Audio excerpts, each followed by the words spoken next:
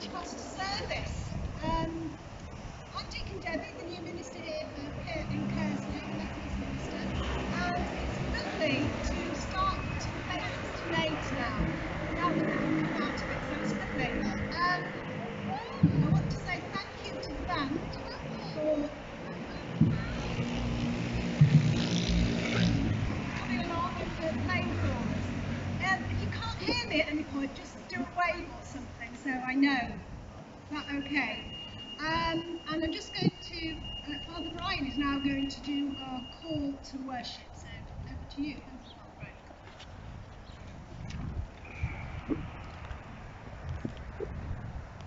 Good morning, everyone. Good morning. So wonderful now I get the chance to be with Deacon Debbie. We met ages ago when we did the Holocaust Memorial. So now we've got the chance on Pentecost that we can be together. For our call to worship, we're going to use this little card. The first part, the top paragraph, is a prayer that was written by the founder of our renewal movement, and he wrote it while he was in the concentration camp of Dachau. And he wanted, even in that most difficult situation, that we should always be open for the Holy Spirit. So let's be pilgrims and enter the upper room where we join with one another, united in that one Spirit. So I'll pray the utter introduction, and then when it starts, Holy Spirit, then we all pray together. Mary, in the midst of the apostles, you powerfully interceded the coming of the promised Spirit, who transformed weak men and women and guides the church on the road to victory. Open our hearts for the Spirit of God, that he may change the course of the world. Holy Spirit, you are the soul of my soul. I humbly adore you. Enlighten me, strengthen me, guide me, comfort me. Reveal your wishes to me as far as this is in accordance with the will of the eternal Father. Show me what eternal love wants of me. Show me what I should do. Show me what I should suffer. Show me what I should humbly, thoughtfully accept, bear, and endure. Holy Spirit, show me your will and the will of the Father, for I want my whole life to be nothing else than a continuous and everlasting yes to the wishes, to the will of God the Eternal Father.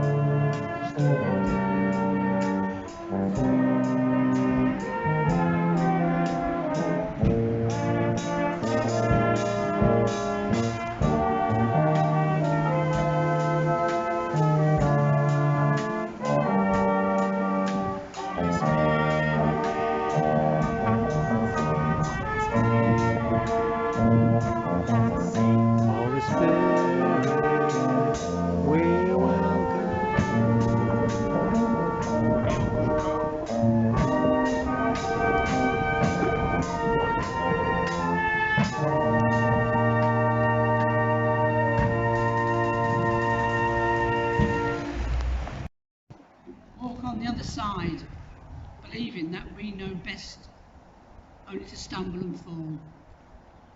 But you are always there to pick us up, gently as a loving parent.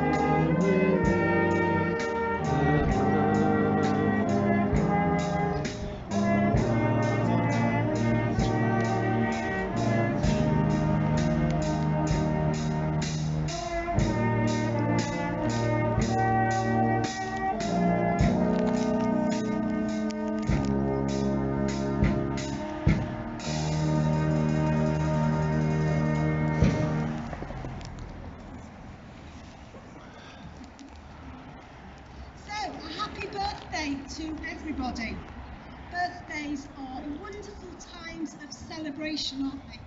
I don't think we ever get too old to want to celebrate that wonderful gift of life. Or as people often say to me, that old age is a privilege denied many. So I think we need to enjoy our birthdays.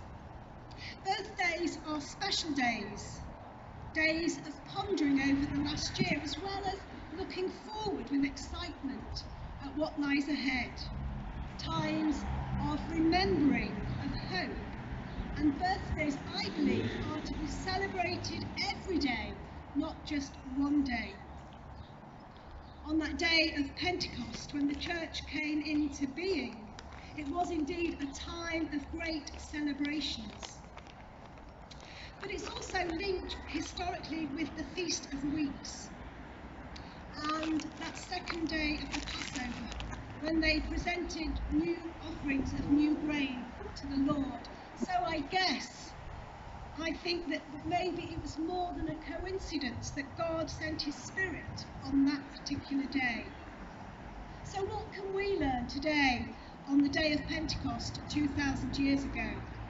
How can we, you and me, the Church of God, celebrate that and remember the day that the church was birthed? Let's begin by looking at the events on that first day. The disciples were actively waiting as Jesus has told them, and they were filled with the Holy Spirit, God's renewing power of transformation. So let me ask you, what language do we speak today? Do we speak that same language as those around us? The reason I ask isn't to ask if you're bilingual or anything.